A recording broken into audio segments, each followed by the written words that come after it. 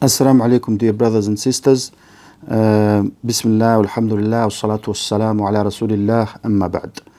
A quick reminder about da'wah, because everyone now talks about da'wah. Lots of people try to do da'wah. Anyone and everyone is recording anything they want. They have vlogs, blogs, whatever else.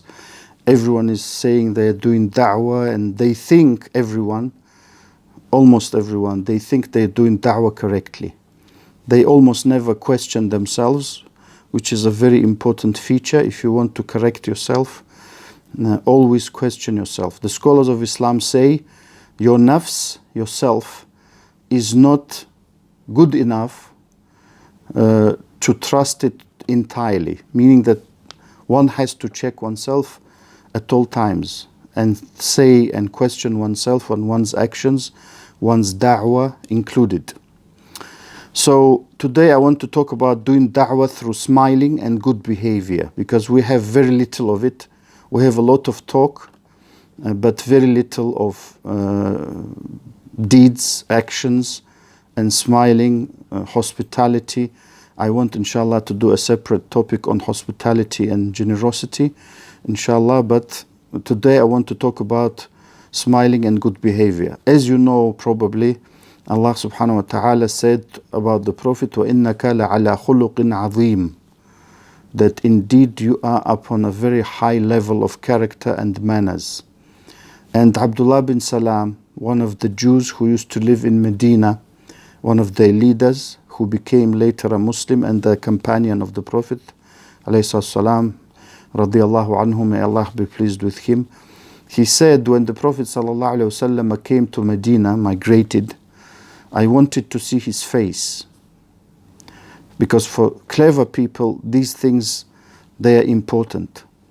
Generally, even for other people, for everyone, they want to see the face of the person doing da'wah. And he said, his face was not that of a liar. And that was a very deep statement. And he mentioned many good things that he said, spread salam, feed others and pray at night, you'll enter Jannah in peace. And Jarir bin Abdullah al-Bajali radiyallahu anhu said, since I embraced Islam, I never met the Prophet alayhi salam except that he smiled to me. And as you know, the Prophet alayhi salam said that smiling and meeting your brother with a pleasant face is charity, is sadaqah.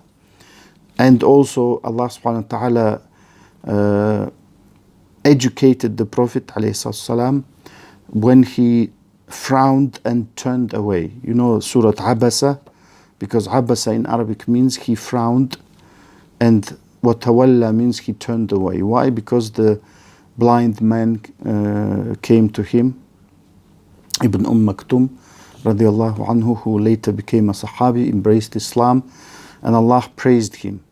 And he said, these rich people, why are you trying, and influential people? Because they don't need, they're thinking themselves to be self-sufficient. They don't need your da'wah, and yet you're trying to make them, because the Prophet ﷺ was trying to convince them of the greatness of Islam and the necessity of them becoming Muslims. He said, pay your attention to this man, to this blind man, because he came trying to get guidance and he's fearing Allah. He's the main man. So for that reason, as you know very well, brothers and sisters, our image in itself doesn't need spoiling anymore. The mass media, of course, they always try to portray Muslims as bearded cannibals with a frown. Of course, I'm exaggerating, but that's how they want them to be betrayed, and generally they succeed. A lot of people think like that. So we don't need anything else to make it worse.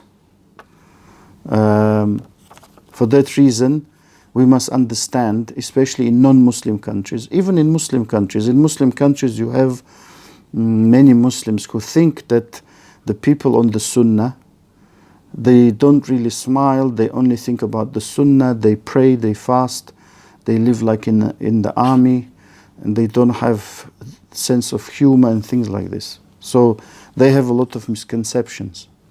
For this reason, even if you're in a Muslim country, you must try and show others that you're a happy person. You must not always walk around sad and frowning and things like this. Why? Because if someone invited us to something nice with an angry or unhappy face, we wouldn't like it. So we should treat others the same way as we would like to be treated, in a polite manner, making them happy, and dispel many misconceptions about Muslims and about people on the Sunnah. Why? Because people might think their tough religion has made them such unhappy people. Some people might say you have to pray 5 times. That's very difficult. For this reason, they are very sad. They never smile. The ladies have to cover themselves, have to wear the hijab, the niqab. So for this, we have to be happy, not sad, not downtrodden. We must be happy that we are Muslims. We must be glad that we are on the Sunnah. We must thank Allah for it day and night, because as you know, there are so many people, majority of the people are not upon Islam and the Sunnah. We must be happy that we have a family, a wife, children who support us. They are Muslims.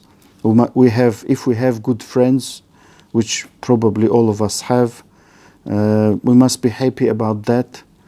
And we must be happy that, for example, there are such things as the internet, where we can learn things, we can find out things. Of course, it's full of other things, but if you're careful and protect yourself and your family.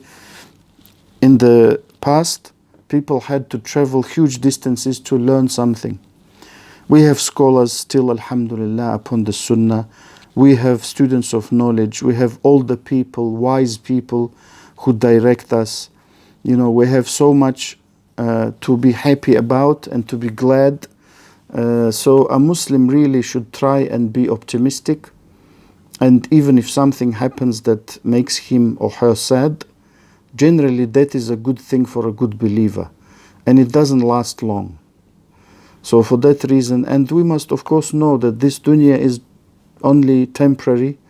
Soon it will finish.